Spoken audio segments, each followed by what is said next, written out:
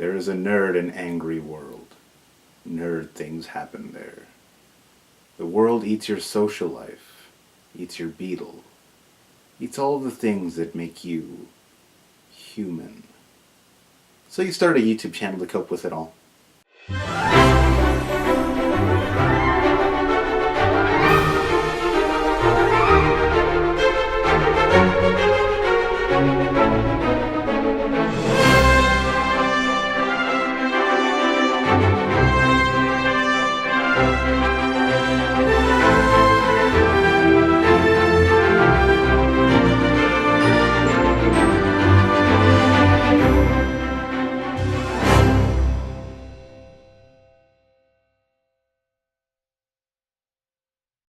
Hello, Internet! Welcome to Tales Showcase, where our plan for immortality is transferring our consciousness into a pile of seaweed. I'm your host, the Watcher of New Earth. Well, it's still technically October, so we can just barely squeeze in another spooky review. But today I'd like to focus on a more underrated character, one that was created by the great Len Wein, who unfortunately passed away last month. That character is Swamp Thing. Yeah, it's kind of weird, isn't it? How little the world actually cares about Swamp Thing. Especially when you consider the great reputation the series I'm reading from today has. Although it is not written by Len Wein, although he does serve as editor. It is, however, written by comic legend Alan Moore, best known for his work on Watchmen and Batman the Killing Joke, two more works considered the pinnacle of comicdom. The art is done by Stephen Bissett, whose name is synonymous with horror comics after this series and several more horror titles across various companies. This is actually the second issue of Moore's run on Swamp Thing, but I chose not to look at the first one because it's technically the wrap-up of another story arc, one started by the previous author. And I mean, not much happens anyway. All Moore does is separate Swamp Thing from his entire supporting cast, have Swamp Thing have a deep inner monologue with himself, debating on whether or not he still deserves to exist after the death of his archenemy, and then has Swamp Thing die in a hail of bullets from the American government. And from there, things get real. So, with all that out of the way, this is the Saga of the Swamp Thing number 21. Our story opens in a Washington, D.C. apartment where a man stands looking out at the rain. My name is Jason Woodrue. And I am the fastest man alive. I'm thinking about the old man. He'll be pounding on the glass right about now. Or maybe not now. Maybe in a while. But he'll be pounding and will there be blood? I like to imagine so. Yes, I rather think there will be blood. Lots of blood. Blood in extraordinary quantities. The most blood you've ever seen, folks. Huge amounts of blood. Woodrue recounts meeting the old man, who's actually General Sunderland, the man responsible for Swamp Thing's death and subsequent capture. Sunderland seems very proud and sure of himself, showing Woodrue Swamp Thing's new frozen corpse the way a preppy sophomore shows off his new car. Damn you, Chad.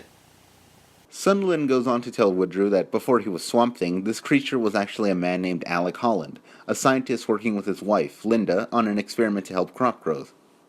You know these people. Liberal, equal relationships, caring and sharing. You know, decency. That thing that's always getting in the way of money. However, the Holland's experiment had been sabotaged, which led to an explosion, leading to the project and Alec to fall in a swamp while Linda was shot shortly after. Apparently, Sunderland had become very interested in the Holland's work, and had exhumed Linda's body to run some tests only to find the formula had no effect on humans. This, of course, begs the question of how it transformed a man then. This is why Sunderland hired Woodrue and had him released from prison to examine the corpse. Sunderland then asked for proof that they got the right man. Woodrue then sprays his hand and reveals... You have a metal arm? No, the opposite actually. Under Woodrue's fake skin is plant matter, as Woodrue himself is a human-plant hybrid, an old sealess villain who went by Floronic Man. Sunderland, now satisfied, asks when he can start. Woodrue begins the next day, anxious to study Swamp Thing, knowing that he could learn new things about himself. I opened him up. He had things inside him. Our licensed doctor, everyone. However, as Woodrue begins his dissection, he stumbles early on. He studies the organs, but quickly sees they're non-functioning. Not because Swamp Thing is dead, but because they weren't designed to function. Weeks go by and Woodrow can't figure out why all the organs are there, but they seem to only be there for decoration. This is only worsened by Sunderland constantly berating him. Then finally, one night, while reading an article on planarian worms, he found his answer. The following day, he tells Sunderland of his revelation. Apparently, there had been a study on the worms that suggested that intelligence could be passed on through food. General, you could go into a delicatessen and order Einstein on pumpernickel. Oh, dude, that's so gross. Pumpernickel? Really? Sunderland grows impatient and tells Woodrow to cut to the chase. Woodrow begrudgingly obliges, and tells Sunderland that the night of the incident, the explosive that threw Alec Holland into the swamp must have killed him immediately, meaning that it's impossible for him to return. However, the chemical the Hollands were working on also went into the swamp, transmuting the plants now feeding on Holland's corpse.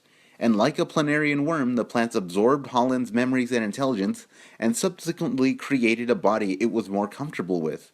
This explains the non-functioning organs, as the plants created them simply because they remember having them. This revelation, of course, means that Swamp Thing never had been, nor would he ever be, Alec Holland. Woodrow attempts to continue, but Sunderland cuts him off, saying he is no longer needed. Woodrow insists that there's more that Sunderland doesn't yet understand, but Sunderland won't have it. True, I may have missed some of the ramifications of your muddled little speech, but I grasp the basic principle well enough. You see, I am very rich. I do not need to be an intellectual.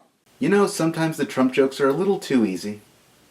Sunderland doesn't let Woodrow speak again and fires him on the spot.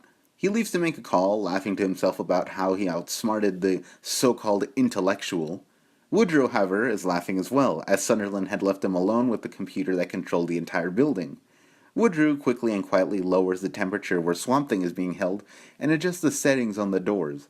We learn through Woodrow's narration that since Swamp Thing is completely plant matter with no functional organs, it's impossible to kill him with bullets, meaning that he's only in a coma that is prolonged by being frozen. Later that night, when everyone else is gone, Sunderland goes down to check on the body, only to find it missing. He flees back to his office, only to find Swamp Thing's already there. Sunderland tries to talk to him, asking if he's still intelligent and whether or not he's read the file. Swamp Thing tells him that he has. And Sunderland, being the complete and utter idiot that he is, asks if he liked it.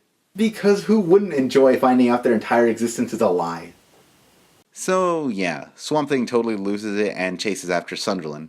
Woodrow, through narration, addresses the point of Swamp Thing never intentionally killing or hurting anyone, but seems to know that without the hope of ever returning to his human form, he wouldn't hold back. Sunderland manages to reach the front door, scans his hand, and... Wouldn't you know? La! Swamp Thing reaches him and proceeds to suffocate him with his vegetation. Leaving Sunderland's lifeless body on the floor, Swamp Thing breaks through the door, presumably heading back home to Louisiana. And our comic ends with Woodrow in his apartment, swearing to chase after Swamp Thing. And that was the Saga of the Swamp Thing number 21, and yeah, it's really good. Sure, maybe it's not as complex and nuanced as some of Moore's other work, but you have to remember this is his early work. He was still finding his footing. And for a relative newbie, he did amazingly well, adding a plot twist that reinvigorated a character that otherwise may have been cancelled prematurely.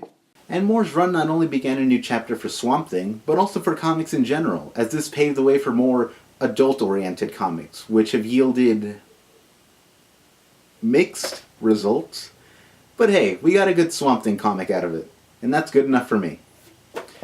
As always, thank you for joining me, and I'll see you next time. This is the Watcher of New Earth, signing off.